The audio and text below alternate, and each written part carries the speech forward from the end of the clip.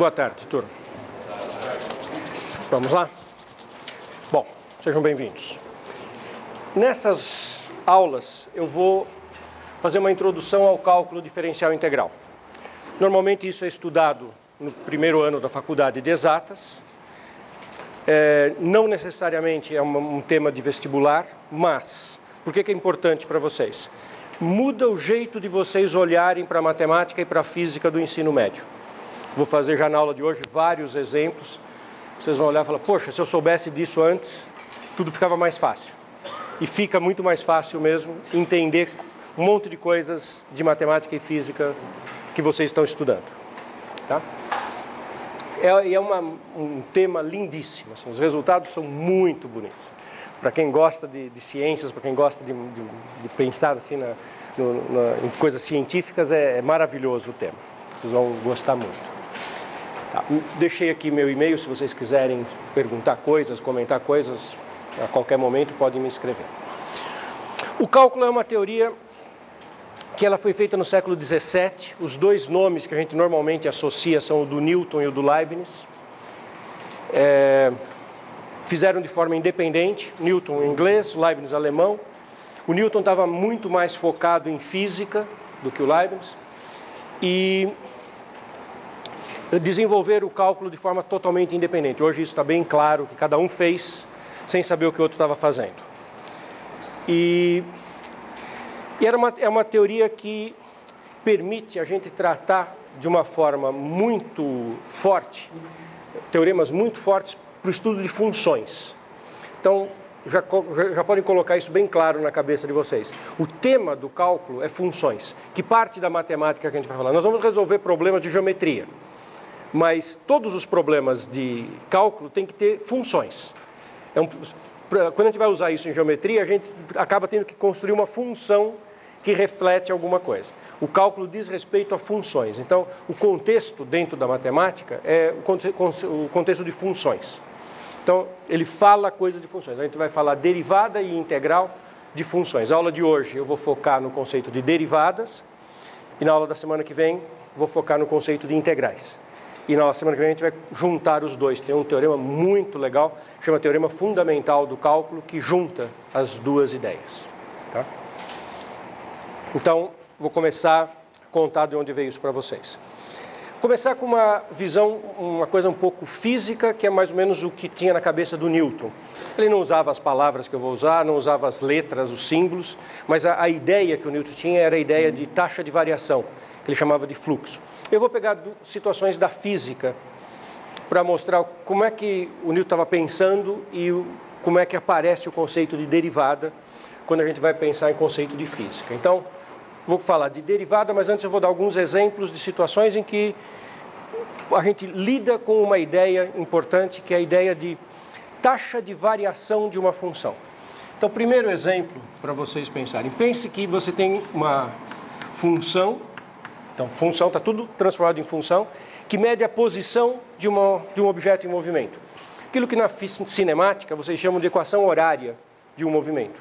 Para cada instante de tempo, você tem a posição da partícula. Tá? Então, imagine que você conhece a função posição de uma partícula.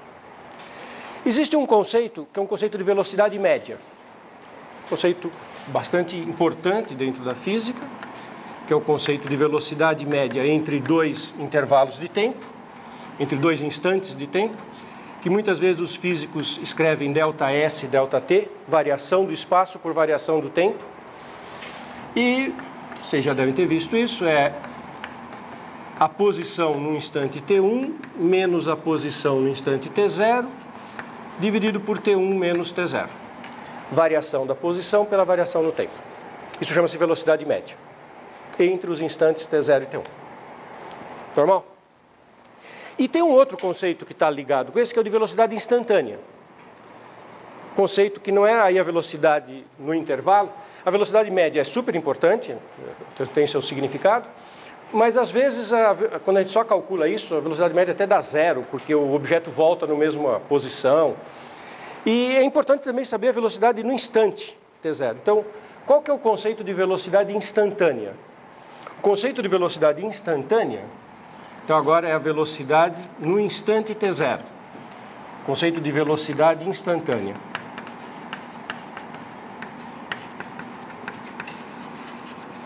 A velocidade no instante t0,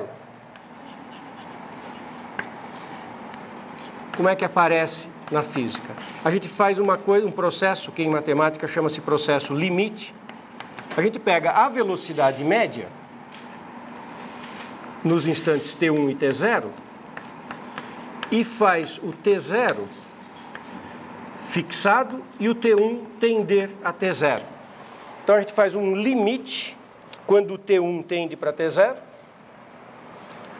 da posição no instante t1 menos posição no instante t0, dividido por t1 menos t0. Quer dizer, eu faço a velocidade média em instantes, em intervalos de tempo cada vez menores.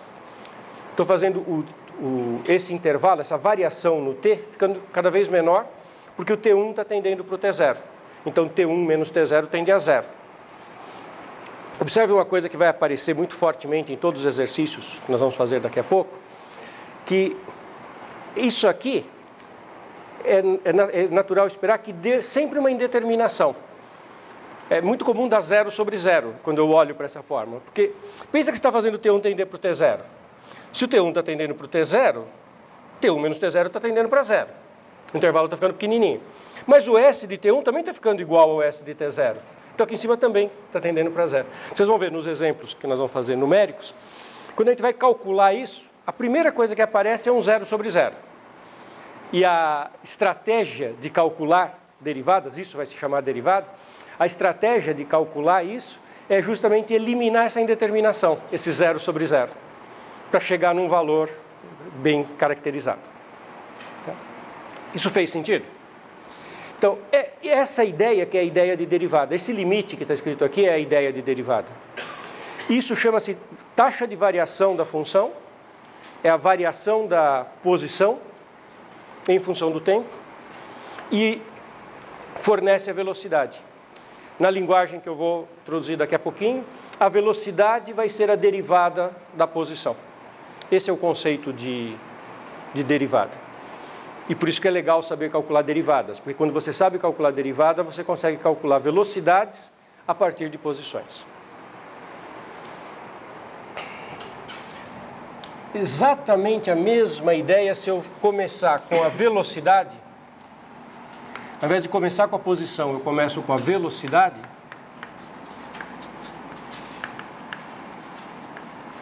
Eu vou obter a variação da velocidade em função do tempo. Então, eu vou obter a aceleração média.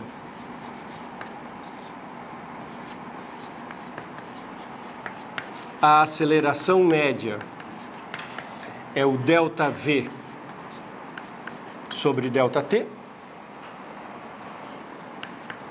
que é a velocidade no instante t1 menos a velocidade no instante t0, t1 menos t0. E o que é a aceleração instantânea?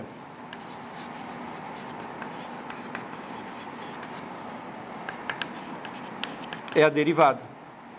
E o que é a derivada? É o limite quando o t1 tende para t0. Então, a aceleração do movimento no instante t0 é o limite quando o t1 tende para o t0 da velocidade no t1 menos a velocidade no t0 sobre t1 menos t0.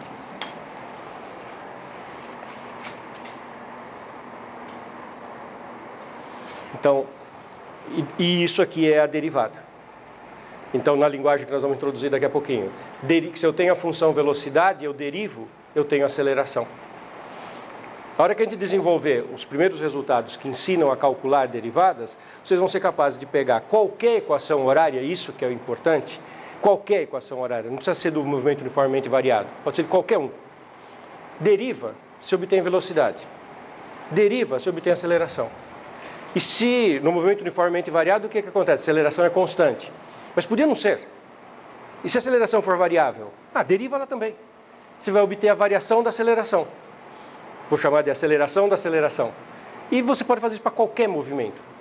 Você abre o leque para qualquer tipo de movimento, não precisa ficar restrito ao E1000V. Você faz isso com qualquer um. É extremamente forte isso. Então, esse era o olhar do Newton, ele chamava isso de fluxo, fluxões, e esse olhar bem físico era o olhar que o Newton tinha. Vou mostrar que a mesma ideia aparece numa outra situação, vou mudar completamente, falar uma coisa que é mais geométrica, que é de reta tangente numa curva. Então, antes de fazer exatamente o que eu vou fazer aqui, reta tangente, vou fazer um comentário sobre reta tangente. O problema de calcular reta tangente em matemática é um problema bastante complexo e é difícil até de caracterizar o que é uma reta tangente. Se você pensar numa curva qualquer, o que é a reta tangente a essa curva num determinado ponto? É um conceito bastante sofisticado. Às vezes as pessoas falam, é a reta que encontra num ponto só. Não é verdade. A tangente, existem retas que encontram num ponto só e que não são tangentes. E caracterizar exatamente o que é tangência é uma coisa bem sofisticada em matemática, extremamente importante. E o problema geral de reta tangente a qualquer curva é um problema mais complexo. Eu não vou abordar o problema de reta tangente a qualquer curva. Eu vou olhar o problema de reta tangente a gráfico de função. E vocês estão vendo que eu estou o tempo inteiro falando de função, né? Função é o nosso objeto. Então imagine uma função definida num intervalo, contido em R, valores reais, uma função de R em R, normal, tem um certo gráfico.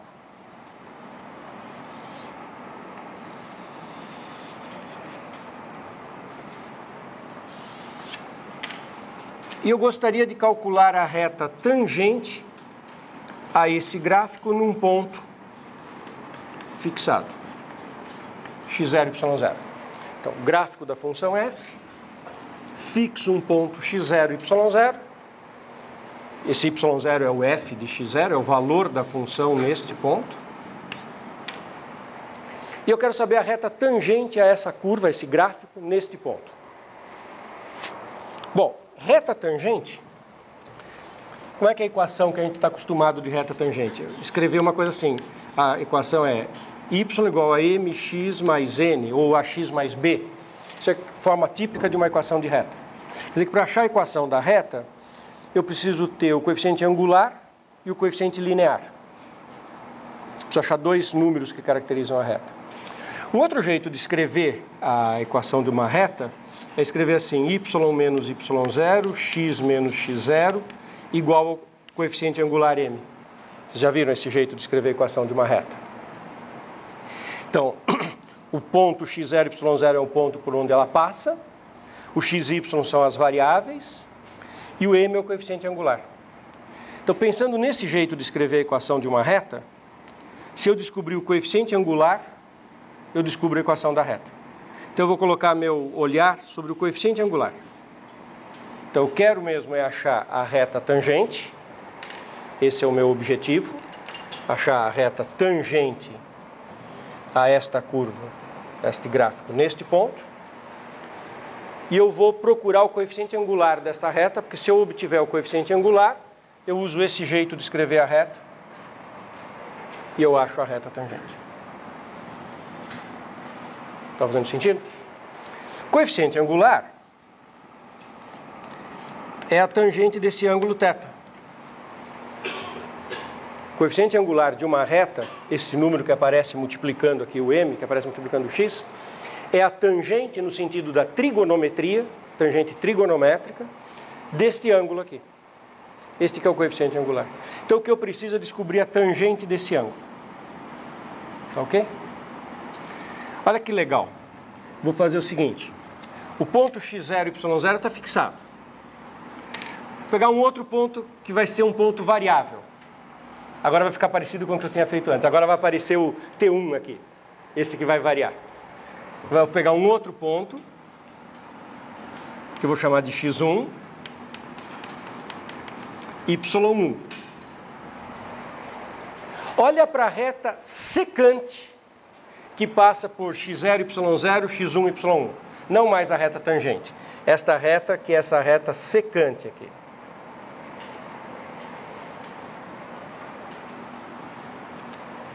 Se você olhar para a reta secante, você vai perceber duas coisas. Primeiro, quando o x1 tender para o x0, a reta secante vai tender para a tangente.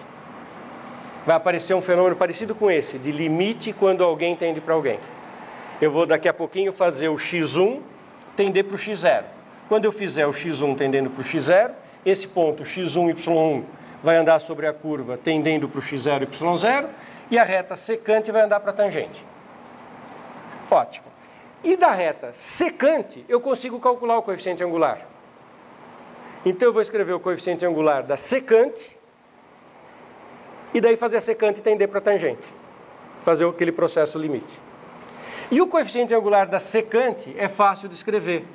Sabe quem é o coeficiente angular da secante? Não é a tangente do ângulo? O coeficiente angular é a tangente do ângulo. Que ângulo? Ah, esse ângulo que a reta forma aqui com o eixo das abscissas. Então, para secante agora, tá? Eu estou olhando para secante, é azul. Preciso da tangente desse ângulo. A tangente desse ângulo está aqui. Cateto oposto sobre cateto adjacente.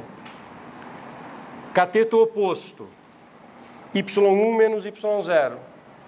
Cateto adjacente, x1 menos x0. Bom, mas é exatamente isso. A função em T1 menos T0, T1 menos T0. É a mesma ideia. Olha que interessante, aparece a mesma ideia num contexto totalmente diferente. Esse y1 é o f de x1. Aí, quem que vai ser o coeficiente angular da reta tangente?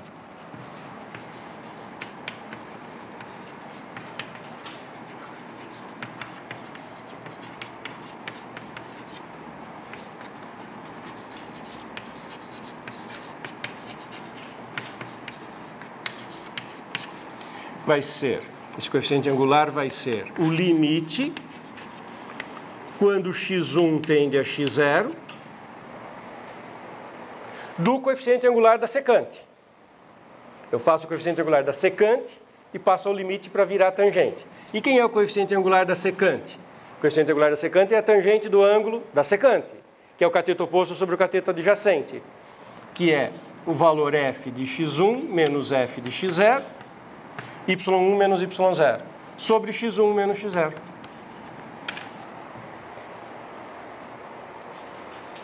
Bom, é exatamente a mesma ideia, né? Então, três contextos. Para posição deu velocidade, para velocidade deu aceleração, e para uma função genérica dá o coeficiente angular da tangente. Vocês acompanharam esse raciocínio? Bom, bastava esses dois exemplos para já justificar que eu começasse a olhar com mais carinho esse conceito aqui, né? Está sendo muito útil. Mas o mais legal, você já pode ir pensando nisso, que esse negócio ele tem montes de aplicações que a gente nem imagina. A hora que a gente começa a trabalhar com ele. Essa coisa de taxa de variação, ela está presente em um monte de estudos relevantes. Se F é população, você está olhando taxa de natalidade, você está olhando taxa de crescimento de população. Se F mede preços, você está olhando variação de preços no tempo. Isso é uma coisa super importante em economia. Variação de preços no tempo chama-se inflação, que é uma coisa que todo economista estuda e que é importante a gente controlar. Inflação. Quer dizer, a quantidade de aplicações que isso acaba tendo é assim, coisa impressionante, para todas as áreas do conhecimento. Bom, então,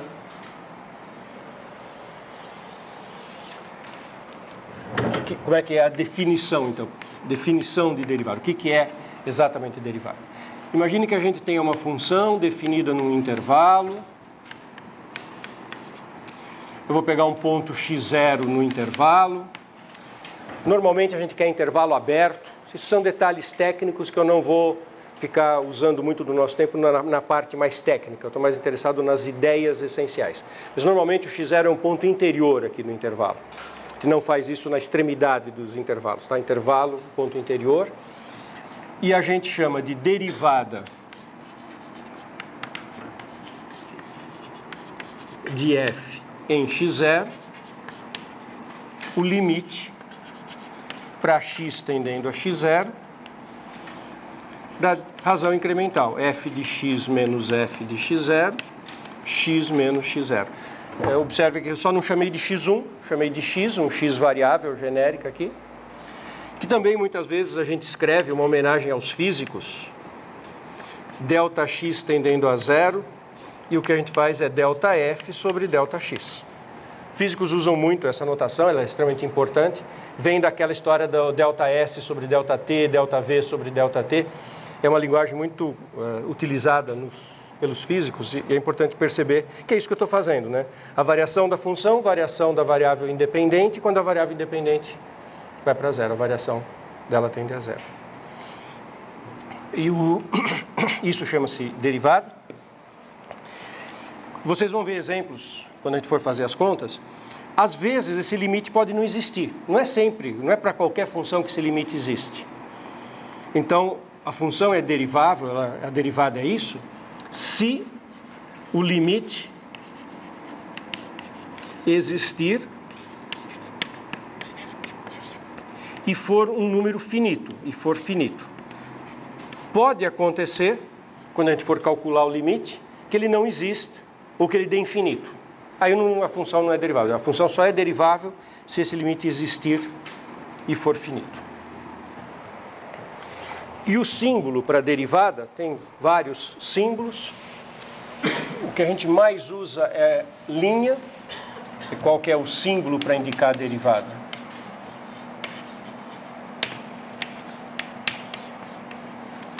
F' no ponto x0, essa é a notação mais comum. Uma outra notação muito usada é df dx no ponto x0. Ela remete àquela história de taxa de variação, o delta f sobre delta x, df dx.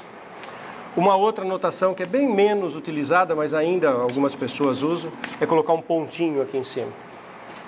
Se vocês encontrarem essas notações, elas todas significam a mesma coisa. Significa a derivada da função no ponto.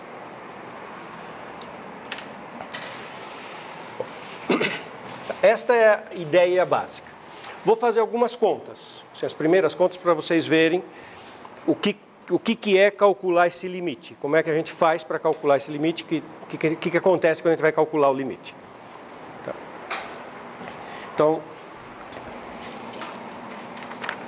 esses exercícios estão na página 2 da nossa apostila, então vou começar com o exercício 1. Vamos calcular a derivada da função x² no ponto de abscissa x0 igual a 3. Então, exercício 1, a função é x², o x0 é 3, e eu quero calcular f' de x0. Quero calcular f' de 3. Bom, é o limite para x tendendo a x0,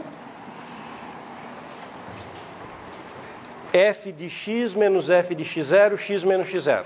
Essa é a definição geral e sempre de derivada. Então, é f de x menos f de x0, x menos x0. Certo? Bom, nosso x0 é 3. Então, é limite para x tendendo a 3. Quem que é a nossa função? x²? Então, isso aqui é x ao quadrado. É a função x ao quadrado. Então, é x0 ao quadrado, mas x0 é 3. 3 ao quadrado, 9, sobre x menos 3. Então, o limite que nós temos que calcular é o limite para x tendendo a 3 de x2 menos 9, x menos 3.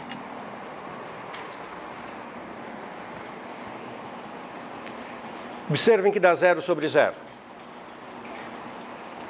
Porque quando o x tende para 3, bom, 3x menos 3 vai tender para 0.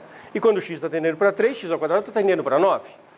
9 menos 9 também vai para 0. Então tem um 0 sobre 0. Isso é típico, é padrão que aconteça isso.